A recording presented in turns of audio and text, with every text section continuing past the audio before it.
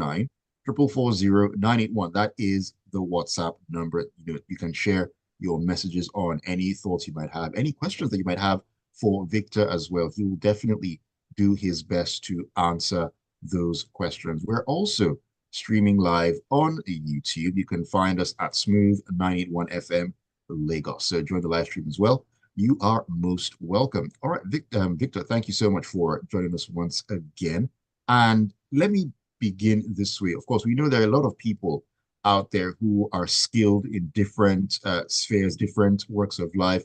You have your artisans here. You have those who are good in tech. You have those who are good at writing and doing all sorts of different things. And they need to be out there. I mean, someone needs to know they can do the work before they can employ them.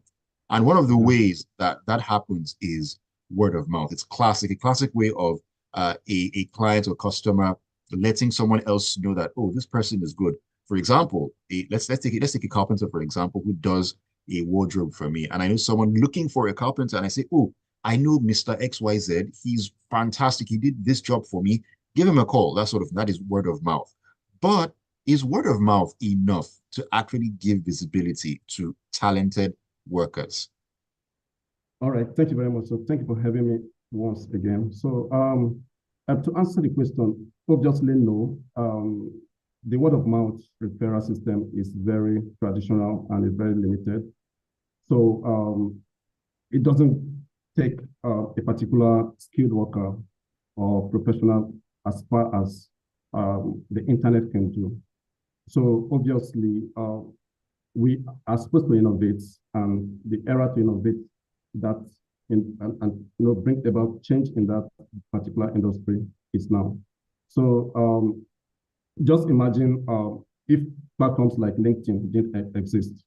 So no matter how talented you are or how professional you are as a white collar worker, there's some benefits to not be able to, or some connections to not be able to make as far as the current information age is concerned. So obviously, the word of mouth is archaic, and the time for innovation in the blue collar sector, where skilled workers whom you don't easily find on LinkedIn can be discoverable on some platform is now. Okay. And that's why we built Artisanoga for that particular problem to be solved. Okay, that's very interesting. So what exactly are the benefits of an online platform that gives visibility to these skilled and these talented workers who are all over Nigeria? Okay, yes, definitely. So,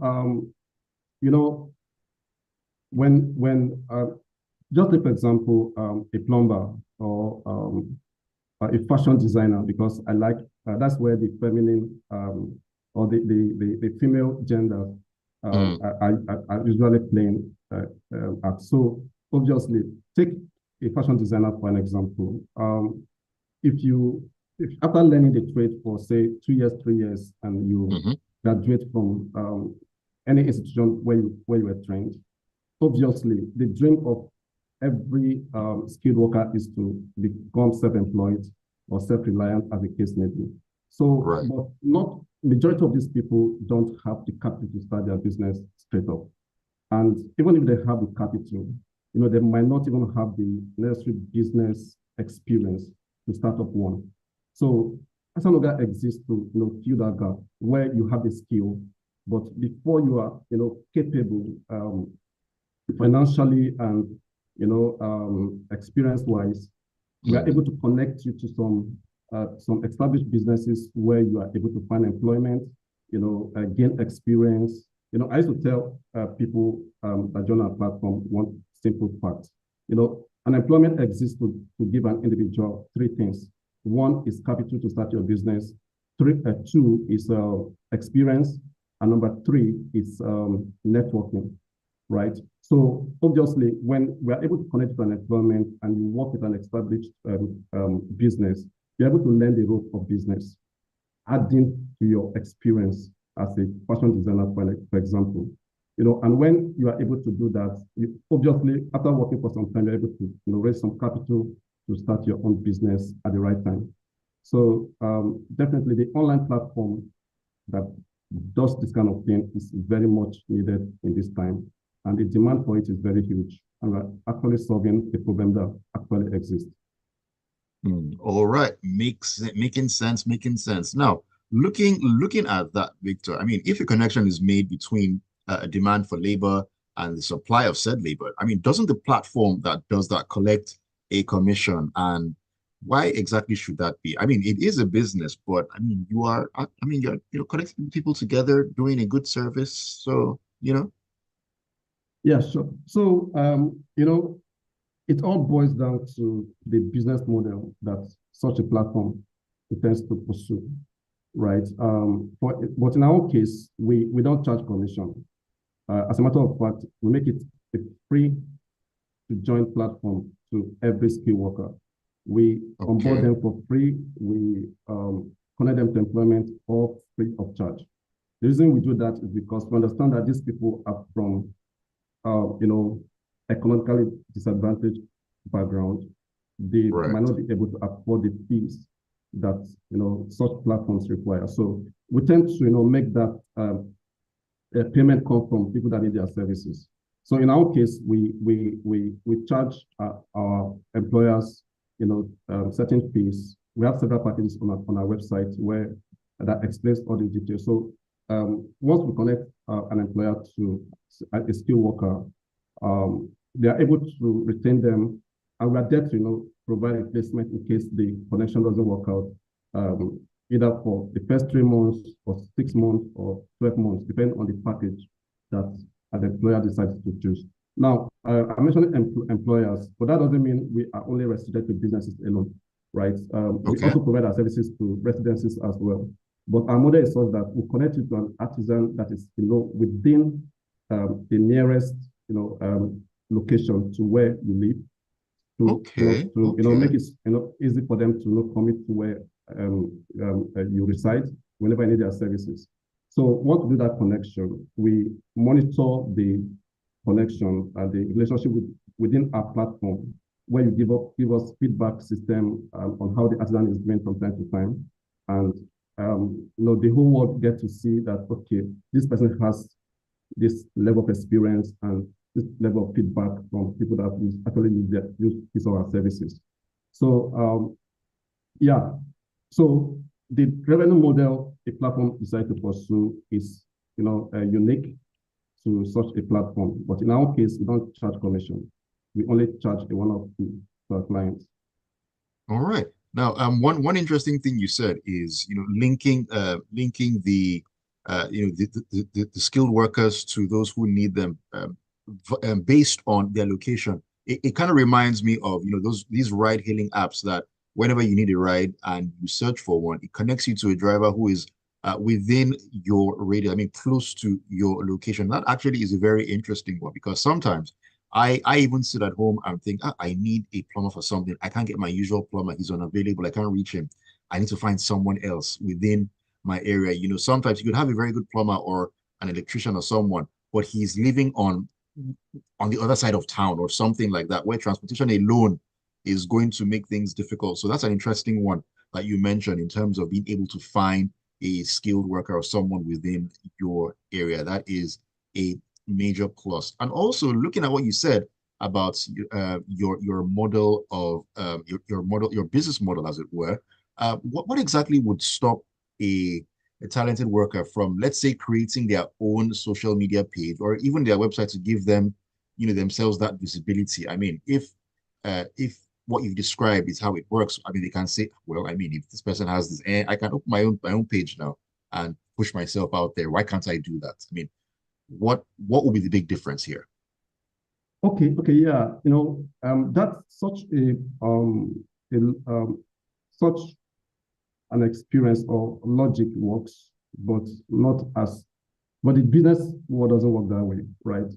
For example, there's a reason why there's a place like Comta Village where we all go in Lagos to get phones. Mm, All these places where businesses are concentrated is for a reason, right? okay. So the guy, selling phone or doing laptop repairs in Computer Village knows that it pays him to be located in that cluster where similar businesses are located. So in such an offline, marketplace, that's how the online system works as well. Now it's okay for you to have your Facebook account as a technician or as an IT person, for example. Fine, those connections, happen, but where there's a hub, online hub, where you go to and know that, okay, if I go to this platform, I can find a plumber. I go to this platform, I can find a graphic designer or a fashion designer for my business and all that. You can see that it kind of give that similar experience that we enjoy when it comes to going to Computer Village in Keja to buy a phone. You understand? Right. So yeah, so running such a cluster is the benefit of a platform like Artisanoga. So yeah. All right. All right, fantastic, fantastic. I mean, great conversation up until this point. I mean, we said so much from the beginning up until now. There's also a huge elephant in the room, and that has to do with trust on both ends of the divide, the skilled workers and the employers of labor as well. We'll talk about that and a whole lot more when we come back in from this quick breather right here on a Business Hub, brought to you by Lotus Bank on Smooth 98.1. Don't go anywhere, listeners. Okay, a quick break, about 1 minute, we'll jump back in. Great stuff. Let me get my phone and drink some water.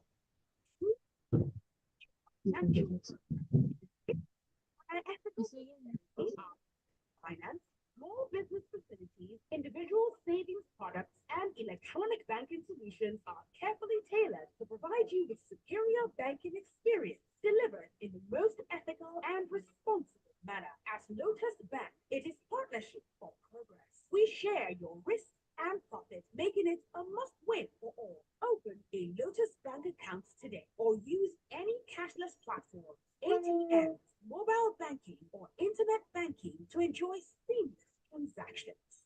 Contact our 24/7 call center. Dial 07000 Lotus Bank, which is 07056887225, or visit www.lotusbank.com. Lotus Bank, partner, progress, prosper.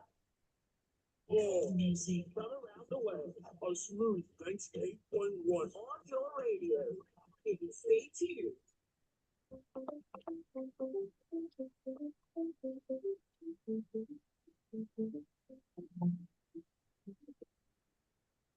Welcome back. This is Business Hub, brought to you by Lotus Bank right here on your Love Music, Love Life station, Smooth 98.1. It is 32 minutes past 5 p.m. on a terrific Tuesday. A great day to talk about business. Oh, yes, oh, yes, oh, yes. And this evening, we've been talking about giving employment visibility to talented Nigerians.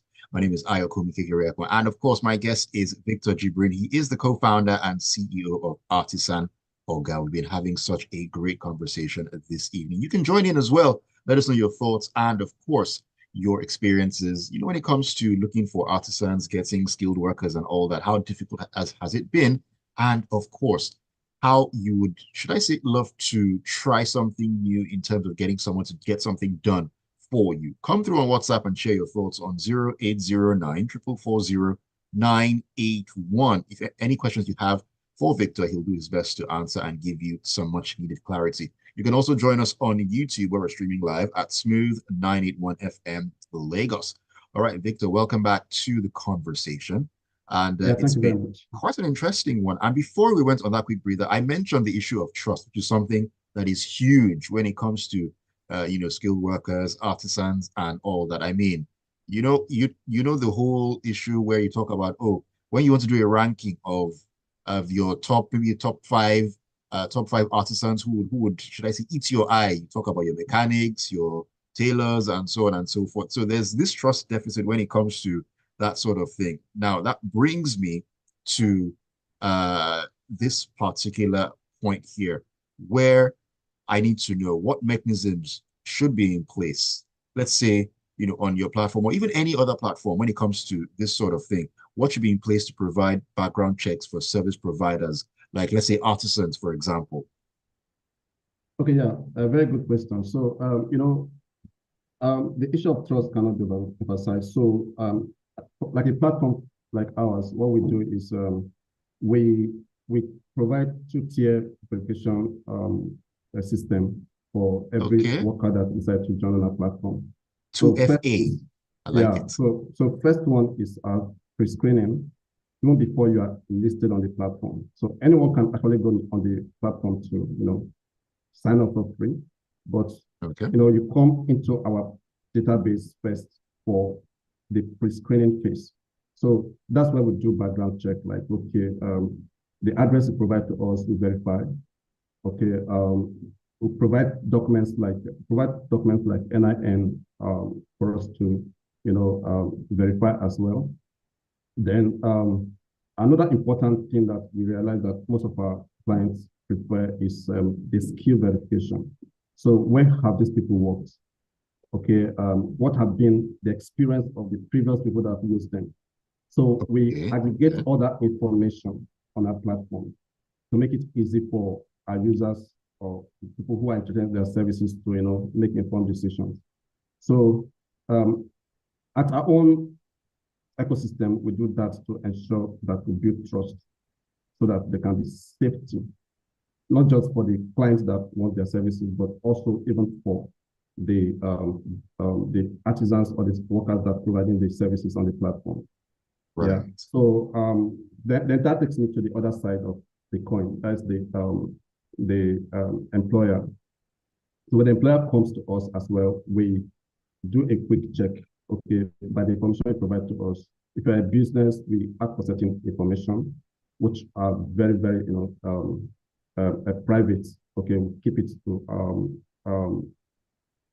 within our system, with utmost confidentiality, where we, ensure that okay, we have the right information to ensure that our artisans or the professional is going to the right place and he or she is in a safe in a safe hand. So we do all that to ensure trust on both sides.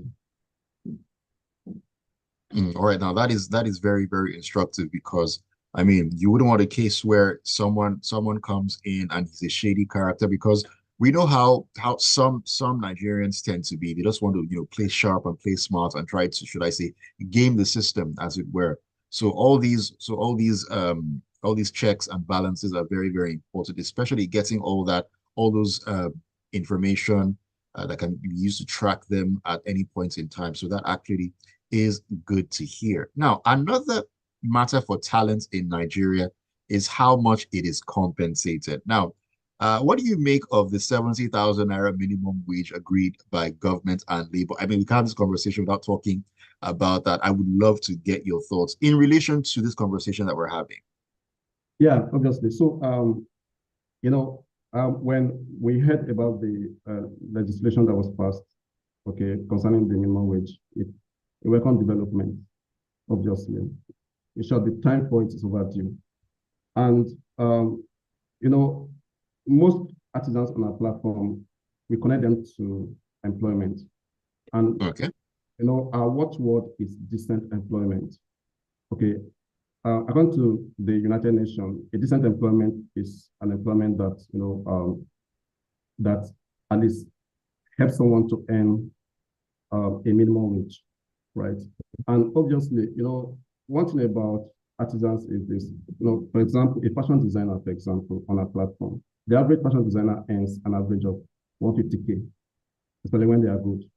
So, and that is amazing because when you compare that to a fresh graduate from university, they earn around that same figure.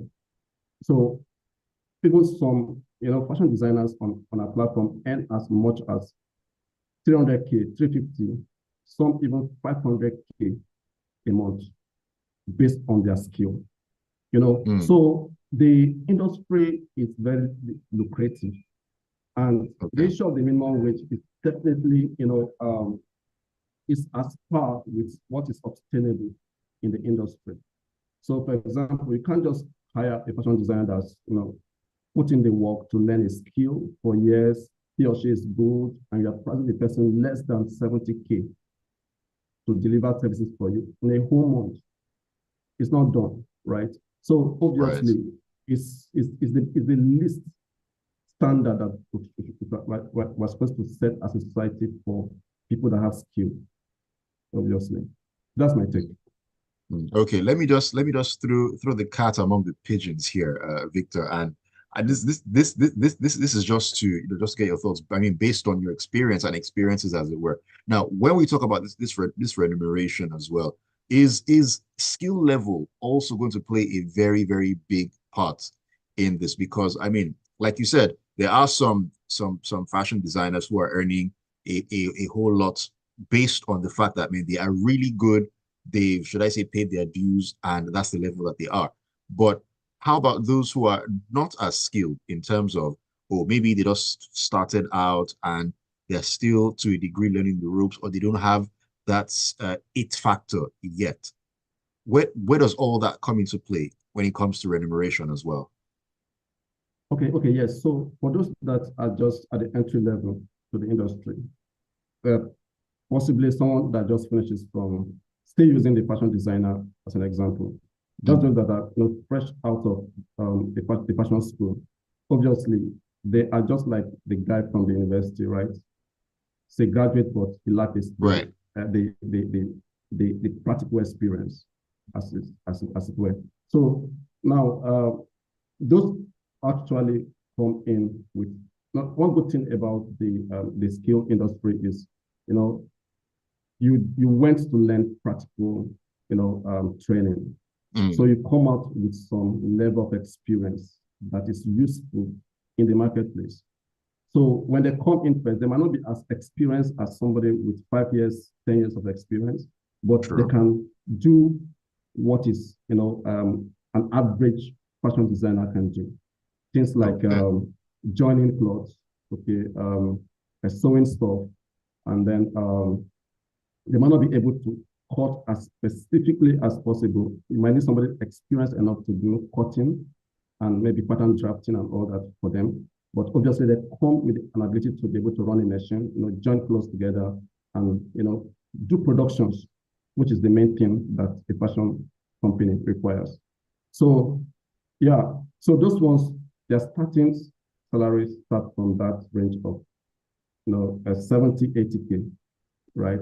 So that also brings us back to the discussion about the minimum wage.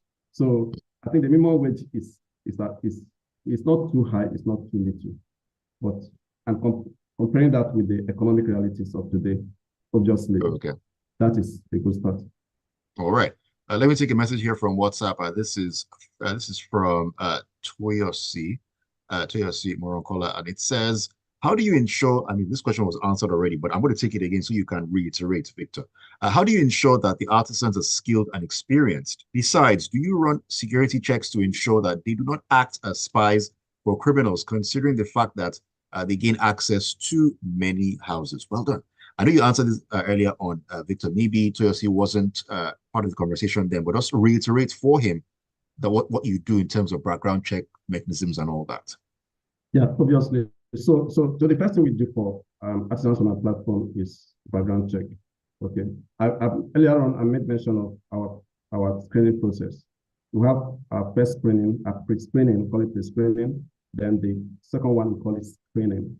Okay. So the first screening is to ensure where we do this background check, where they live, we confirm their addresses, we confirm does they work with in the past, what they have to say about them. So we get all that information, which goes down to the artisan's profile. So that when you want to hire someone, we share all that information with you on our platform, right? Then when it comes to proper screening, screening is where we ensure that, okay, this person's skill and specialty matches what this client is, or this employer is looking for, right? So that's where we have a bunch of HR specialists in our team who do that when there's a job in place and we're trying to do the job matching system. So the second screening is where we ensure that the information we obtained from them at the point of joining our platform is up to date. For Right. example, when you want to open up a bank account, they ask for utility bills and all that. Why do they do that? Just to ascertain that you live in this particular address. But the problem with the banking system is that the address information I've given to my bank 5 years ago, except something brought into the bank to update that information, is still there. I might have moved on from that address, right? So our second screening on our platform is where we ensure that, okay, the information you gave to us when you join our platform, we confirm that it's still relevant and up to date. So that's where the second screening comes in, right? So then in terms of security, what we are able to provide this information for you, right? We, in Nigeria currently, it's unfortunate that things like police report is only being processed for people that want to travel out of the country. So I believe with time we'll get there where police will be able to give us a criminal record of people. So I may not have the updated information about it. Someone listening to me right now might have a better knowledge about that, but I think we'll get to a stage where those information can be easily obtained from the nearest police station without asking you to bring your father's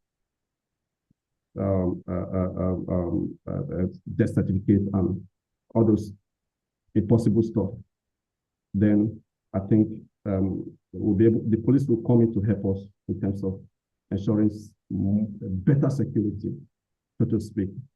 Right. But for now, so far, we've been in the industry for the past 7 years. We've not had a situation where there's security breach between an artisan and our client. Right. Even when such little things happen, like, okay, somebody goes in and does something criminal. Okay, it's very easy for us to track based on the information we obtained from our screening system. Okay. Right. Okay. So obviously, yeah, there's a lot of work to be done there. All right. Thank you so much for that, Victor. I mean, we've virtually run out of time right now. But before we run the conversation, I mean, for our wonderful listeners, Toyosi and other people who would love to talk to you more about this, where can they find you on social media? And they can get across to you, send you a DM, and so on and so forth. Yes, obviously, sure. So on Instagram, you can just search for Artisanoga. We're on Instagram, we're on Facebook, same name, Artisanoga. On Twitter, formerly rather X, formerly X right now. Yeah. So we are there also. Search for us at Artisanoga, you find us there. Then the major gateway to reaching us is our website, artisanoga.com. All right, so fantastic and stuff. the phone number to be reached is the site and the handles are more than adequate for anyone who'd love to get across to you and of course get all that information. Thank you very much, Victor, for sharing this with us today. My guest has been Victor Jibrin, the co-founder and CEO of Artisanoga. It's been a pleasure having you on Business Hub this evening. Thank you so much. All right, do have yourself a great evening. Thank you all for listening this evening on Business Hub, brought to you by Lotus Bank. We do this every Tuesday at 5:15 p.m. on the Smooth Drive on Smooth 98.1.